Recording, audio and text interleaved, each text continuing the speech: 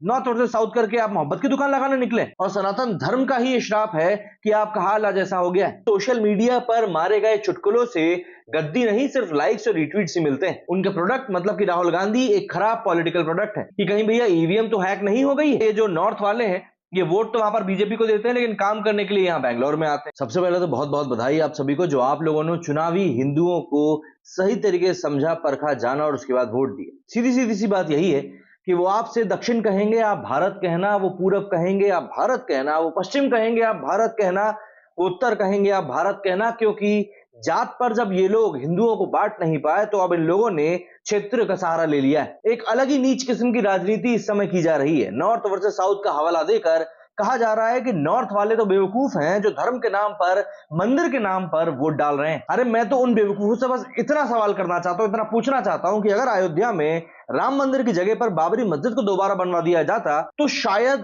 मस्जिद बनाने वाले को इलेक्शन कैंपेन तो छोड़ दीजिए, वोट मांगने के लिए एक बार बोलना भी नहीं पड़ता और उसको वोट दे दिए जाते। और फिर यहां तो मोदी आया ना तुम्हारे घर तक वोट मांगने के लिए। और सबसे बड़ी बात, ये नॉर्थ वर्सेस साउथ की जो घटिया राजनीति करने का नैरेटिव बनाने की समय कोशिश की जा रही है वो दशकों पुरानी कांग्रेस पार्टी को सिर्फ और सिर्फ नीचे की तरफ ही लेके जाएगी। मतलब आप सोचिए ना, इतनी बड़ी पार्टी, इतनी बड़ी लेगेसी, और आप किस तरह की ओछी घटिया राजनीति कर रहे हैं। आप बोलते हैं कि हम नफरत के बाजार में मोहब्बत की दुकान लगाने निकले। ऐसे नॉर्थ वर्सेस साउथ करके आप मोहब्बत की दुकान लगाने निकले। आप सिर्फ अपना एजेंडा बेचने के लिए निकले हैं और वो कैसे भी निकल जाए आपको किसी चीज से कोई मतलब नहीं है। ठीक वैसे ही जैसे आपने सनातन के लगातार अपमान के बावजूद भी उसको लेकर कुछ भी नहीं किया और सनातन धर्म का ही ये श्राप है कि आपका हाल आज ऐसा हो गया है। अगर फैक्ट की ही बात करें जो साउथ को लेकर कही जा रही है तो तेलंगाना में 2018 में बीजेपी का जो वोट शेयर था वो 6.98% था, जो कि 2023 में बढ़कर 13.77% हो गया है, मतलब कि ऑलमोस्ट डबल। तो ऐसा है कि डरने की बात तो आपके लिए है, आप नहीं डर रहे हैं तो ये तो आपकी बेवकूफी है। कांग्रेस नेता आचार्य प्रमोद जी का कहना है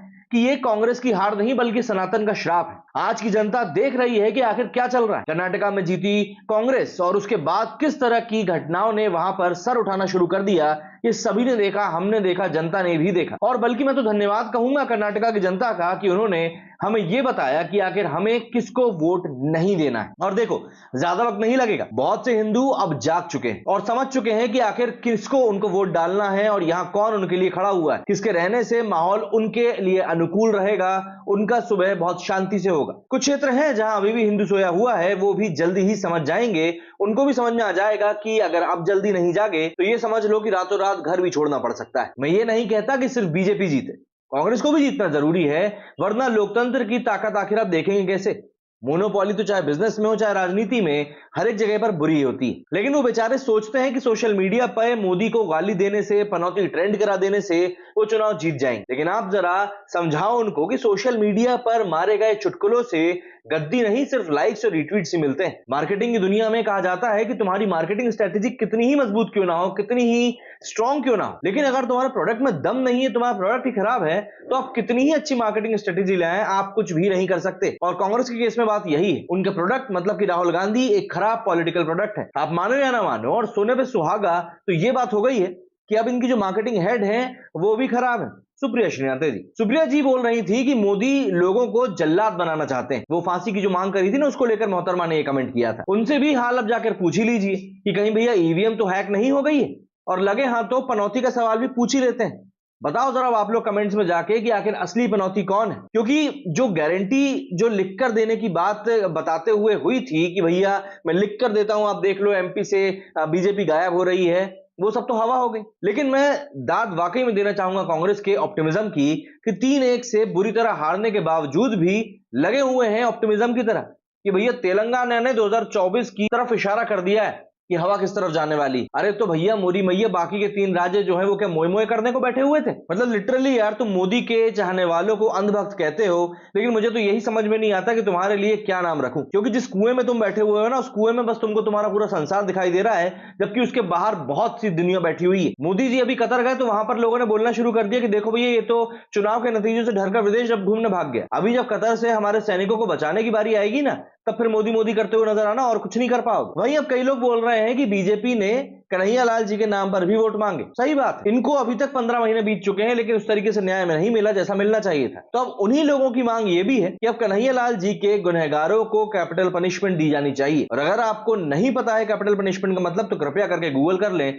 मैं अपने वीडियो को लिमिटेड करना नहीं चाहता हूं। मुझसे आप अगर सच पूछेंगे तो मुझे बुरा लगता है सचिन पायलट जी के लिए। एक ऐसा नेता जो ग्राउंड पर वाकई में काम कर रहा है, वो सिर्फ इसीलिए लीड नहीं कर पाता क्योंकि एक ऐसा व्यक्ति जिसकी बात भी समझ में नहीं आती है, वो अपने आप को जादूगर कहलाने वालों के कारण चने के झाड़ पर चढ़कर बैठ गया है और बाकी के काम राहुल बाबा ने आसान कर दी। अरे वही कि लायक इंसान को तो लात मारो, बस उसको बाजू में रखो जो आपकी बाजी कर रहा हो। अरे भैया, आम आदमी पार्टी का ही हाल देख लो। राजस्थान की सभी 88 सीटों पर जितनों पे इन्हें चुनाव लड़ा, उन सबके सब पर इन जमानत जब्त हो गई। और उसपे भी सोने में सुहागा वाली बात यह है कि सिकार में जहां पर केजरीवाल भैया ने रोड शो किया था और आम आदमी पार्टी ने वहां पर क्लेम किया था कि भैया करीब 50,000 की जनता वहां आई है, वहां से इनके कैंडिडेट को 550 वोट मिले। जमानत तो जब्त हुई नोटा से भी कम वोट इनको मिले, नोटा को भी 695 वोट मिले। इनका मोदी अडानी वाला जो पूरा जुमला था, देखिए वो भी बुरी तरीके से फेल हो गया। वो फंडा भी कहीं से चल नहीं पाया क्योंकि इसमें कोई दम ही नहीं थी ना। दरअसल दिक्कत यहां पर यह हो गई कि ये लोग अडानी के पीछे तो पूरे टाइम पड़े रहे, दूसरा किसी मुद्दे को क्योंकि इनको मिल नहीं पा रहा था या कुछ भी कह ले। लेकिन वही अडानी जी हजारों नौकरियां दे रहे हैं, ये बात ये लोग मानेंगे नहीं। और सबसे बड़ी बात, इनके मुंह पर गाली देने वाली बात तो ये हो गई कि जब खुद के ही राज्यों में, राजस्थान छत्तीसगढ़ में दबा के अडानी ने इन्वेस्ट किया, तब इन लोगों ने कुछ भी नहीं बोला, चू भी नहीं किया। अरे भैया एक बात बताओ, जनता क्या आपको पागल लगती है क्या, जो आपको लगता है कि ये लोग कुछ देखेंगे ही नहीं? ममता बनर्जी ने ठीक किया है, ममता बनर्जी ने अडानी को अपने यहां से हटा दिया। अब ममता बनर्जी अपनी बात ठोक रही है कि भैया ऐसा है कि अगर आपको अलायंस में पावर में रहना है ना, तो आपको भी अपने क्षेत्रों से अडानी जी को हटाना पड़ेगा। और मुझे लगता है इसीलिए इन लोगों ने सत्ता ही छोड़ दी। और देखो आज जो लोग बोल रहे हैं कि right wing supporters are nothing but toxic trollers, तो देखो जी, तुम लोगों का भी असली चेहरा कर्नाटका के इलेक्शन के बाद में हम लोगों ने देख लिया था। तो आज अगर तुमको रोना आ रहा है तो भैया हमें माफ करना, क्योंकि ऐसा है कि एक राज्य में जीत और 3 राज्यों में जीत में बहुत बड़ी बात होती है। कई सारे ट्रोलर्स जो कि क्षेत्रवाद की अब राजनीति बढ़ा रहे हैं नॉर्थ वर्सेस साउथ की, उनका कहना है कि भैया ये जो नॉर्थ वाले हैं, ये वोट तो वहां पर बीजेपी को देते हैं लेकिन काम करने के लिए यहाँ बैंगलोर में आते हैं। अब आप यही कर सकते हैं भैया कि साउथ में जाने के ऊपर वीजा लगा दें, क्योंकि इससे बेहतर तो आप कुछ कर नहीं पाएंगे। वहीं कई लोगों का कहना है कि गोबर खाने वालों को, गौमूत्र पीने वालों ने जिस तरीके से यहाँ पर वोटिंग करी है, वो साफ साफ पर तो दिखाता है कि ये लोग कितने बड़े वाले अनपढ़ हैं। मतलब आप बोलते हैं कि नफरत की दुकान मोदी ने खोल के रखी है, फिर वहीं पर आप इस तरह की गंदी राजनीति करते हैं जो कि डिवाइड एंड रूल वाली पॉलिटिक्स पूरी पूरी दिखाई पड़ती है। तो एक बार आप खुद के भी गिरेबान में झांक कर देख लीजिए ना कि आप कितनी घटिया राजनीति कर रहे हैं। सोशल मीडिया पर इस समय मीम्स की बाढ़ आई पड़ी हुई है, थोड़े से चलते हैं मीम्स की तरफ भी देख लेते हैं कि आखिर वहां पर क्या सूरत हाल है। हाँ जी, तो अब मीम्स की बात कुछ ऐसी है कि तेलंगाना की जीत कुछ इसी तरह की राहुल गांधी को दिखलाई पड़ रही होगी कि भैया बस एक तरह से कॉन्सोलेशन प्राइज जो है वो दे दिया गया है। इलेक्शन रिजल्ट्स भी लाइक राजस्थान एमपी छत्तीसगढ़ मेरा, तेलंगाना तेरा, 50-50 नो चीटिंग। अब यहां पर तो भैया क्या खेला हुआ आप जानते ही। तुम एक काम करो, छत्तीसगढ़ की तरफ निकलो। ये तब की बात है जब एकदम कांटे की टक्कर चल रही थी ना, तब ऑपरेशन लोटस के बारे में लोगों ने बात करना शुरू कर दिया था। He lost Telangana BJP after winning multiple states be like. अब यहां पर मुझे नहीं लगता कि मुझे आपको कुछ और समझाने की जरूरत है, आप लोग समझदार हैं, समझ ही गए होंगे। पनौती man, MP loss, Chhattisgarh loss, Rajasthan loss. अब खुद नहीं बताएंगे कि पनौती आखिर में सही मायनों में है कौन।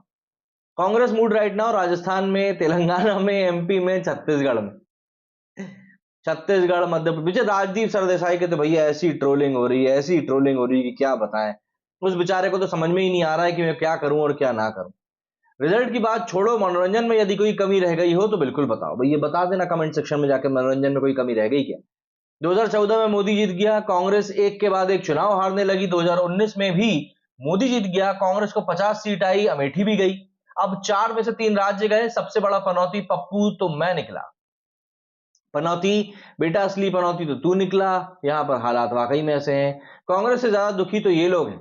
बिल्कुल बेचारों को समझ नहीं आ रहा होगा कि अब ये शाम के वीडियो में आखिर किस तरीके से अपनी बात कहें, क्योंकि क्या ही बता, मतलब अविशाल शर्मा ने तो भी कुछ समय पहले सुरंग को लेकर जो वीडियो बनाया था, जब इनको दिख गया कि हमारा वो वाला एजेंडा नहीं चल रहा, तो इन्होंने कहना शुरू कर दिया था कि भैया आखिर सुरंग धसी कैसे। अब नेचुरल कैलामिटीज के ऊपर किसका हाथ होता है ये कौन बताएगा। ऋचा जी लिखती है, and they blame others for creating a divide, south versus north ये लोग खुद ही कर रहे हैं। लेकिन बात वही है ना कि इंसान जब आईना देखने से मना कर देता है तो उससे ऐसी ही गलतियां होती हैं। Laddoo is brought to Congress headquarters in Delhi as the party is all set for election results in Chhattisgarh, Rajasthan, Madhya Pradesh and Telangana. अब इन लड्डुओं का क्या होगा मुझको तो ये समझ में नहीं आ रहा है।